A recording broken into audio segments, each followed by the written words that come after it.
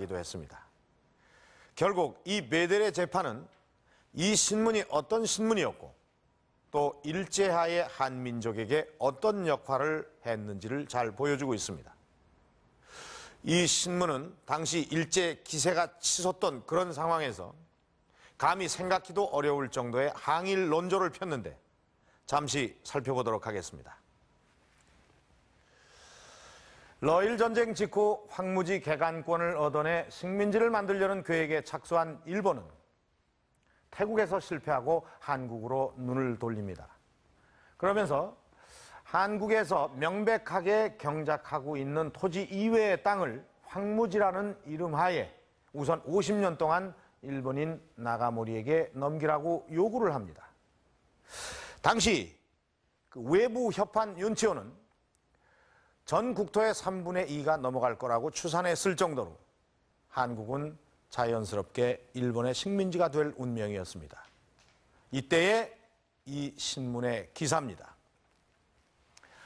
일본을 장삼시에 빗대면서 장삼시가 그름을 깨닫지 못하고 고약하게 고집하는 것이 심히 그르거늘 대한 백성들은 모쪼록 자세히 보고 깊이 생각을 하시오.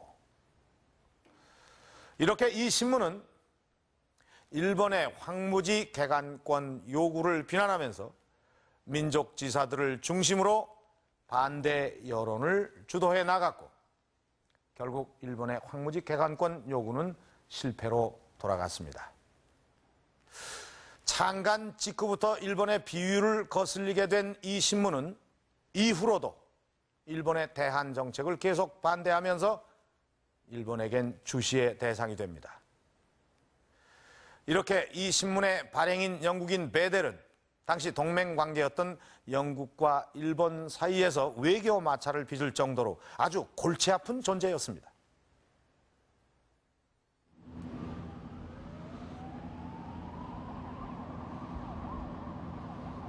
과연 베델은 당시 영국과 일본 사이에서 어떤 존재였을까? 취재팀은 영국으로 향했다.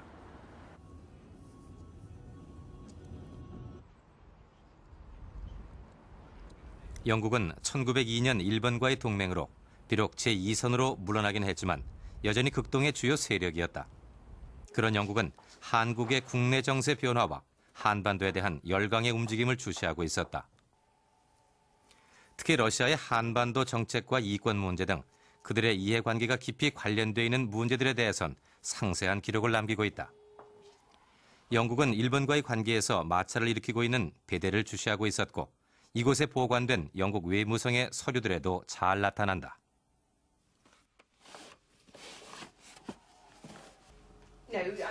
일단 베델에 관한 기록은 양적으로도 결코 적지 않다. 신문의 발간에서부터 그의 재판, 베델의 동료이자 대한매일신보 총무였던 양기탁에 관한 안건에 이르기까지 그 기록의 방대함과 상세함은 놀랄만한 것이다.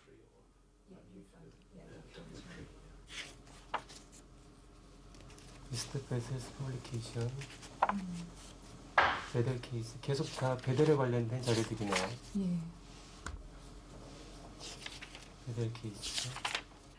This is organized, the file series is organized by date, first of all, by year, and then by subject, which is generally a country.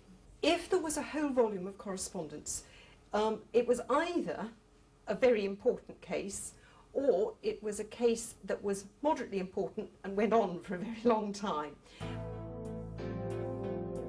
베델에 관한 동향을 주로 보고한 것은 서울 주재 영국 공사.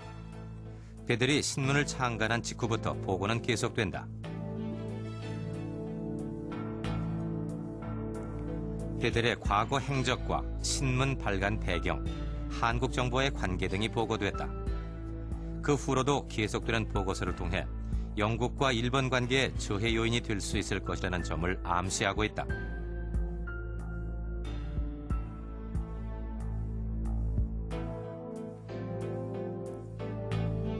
베델 재판의 증거로 채택됐던 3건의 논설 중 스티븐스 암살 사건 기사가 샌프란시스코 현지 신문을 인용하고 있음도 보고됐다. 영국의 입장에서 보면 베델은 영국 시민이면서도 동맹 관계인 일본의 정책을 방해하고 그 결과 영국의 이익에 반하는 행위를 하고 있는 것이었다.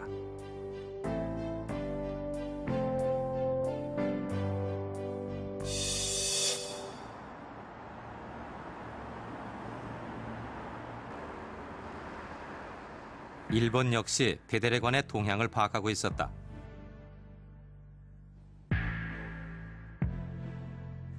베델은 눈의 가시 같은 존재였다.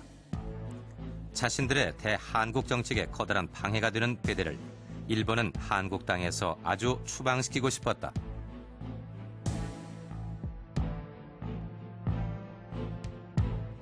일본 외무성은 외교 경로를 통해 영국 정부에게 베델을 추방하거나 그의 신문을 폐간시켜달라고 요구한다.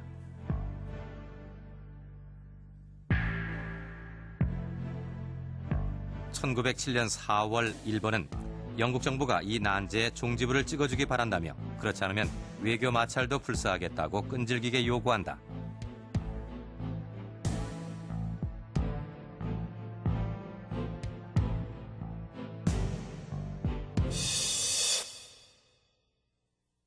그러나 영국에겐 고민이 있었다. 베델을 추방하려는 것은 영국의 치외법권을 무시하는 것으로 베델의 처리는 한 선례가 될 수 있었기 때문이다. 고심 끝에 영국은 베델을 재판에 회부한다.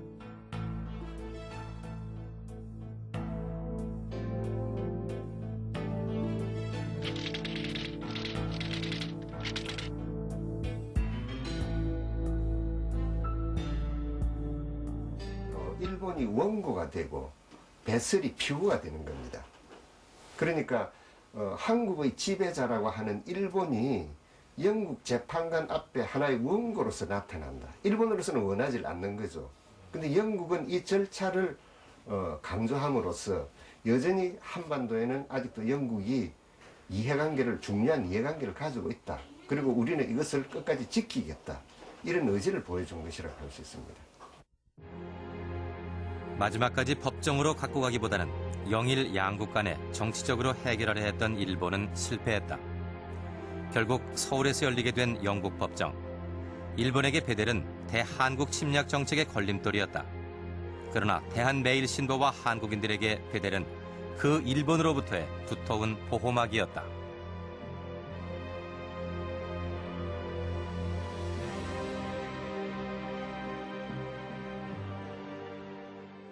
이 재판이 있고 얼마 뒤 영국의 데일리 미러지는 베델과 당시 이 신문의 총무였던 양기탁의 사진을 싣고 한국에서 영국 언론인이 원주민 편집자를 보호하고 있다고 보도를 했습니다. 당시는 일본과 러시아가 한반도의 지배권 장악을 위해서 충돌을 해서 그 러일 전쟁이 일어나고 있었고 또 한일 합방으로 이 국권이 완전히 넘어가기 직전이었습니다. 이 민족사적으로 보면 엄청난 격동기였습니다. 이 신문은 바로 이런 시기에 이 강경한 항일 논조를 담고 발간이 됐던 것입니다. 그리고 우리 민족의 성원을 등에 업고 더욱더 그 날카로운 필봉을 휘두르게 됩니다. 그러면 이렇게 항일 논조를 담은 신문을 만든 이 베델은 과연 어떤 사람이었을까요? 그는 영국인이면서 왜, 그리고 어떻게 이런 항일 의지를 담은 신문을 만든 것일까요?